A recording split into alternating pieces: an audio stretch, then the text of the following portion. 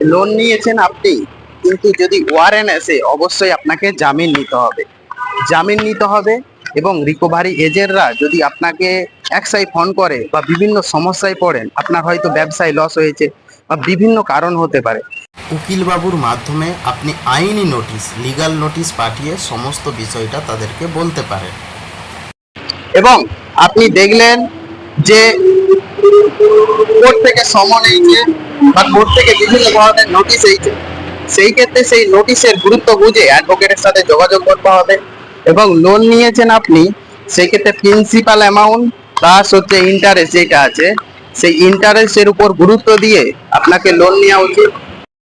Guarantee যে দিচ্ছে সেই ব্যক্তি, যে ব্যক্তি লোন নিয়েছে, সে যদি না দিতে পারে, সেই ক্ষেত্রে গ্যারান্টারকে পরবর্তীকালে টাকা পরিশোধ করতে হতে পারে। আপনাদের লোন সংক্রান্ত মামলায় কোনো কোশ্চেন আলোচনা থাকলে অবশ্যই জানাবেন।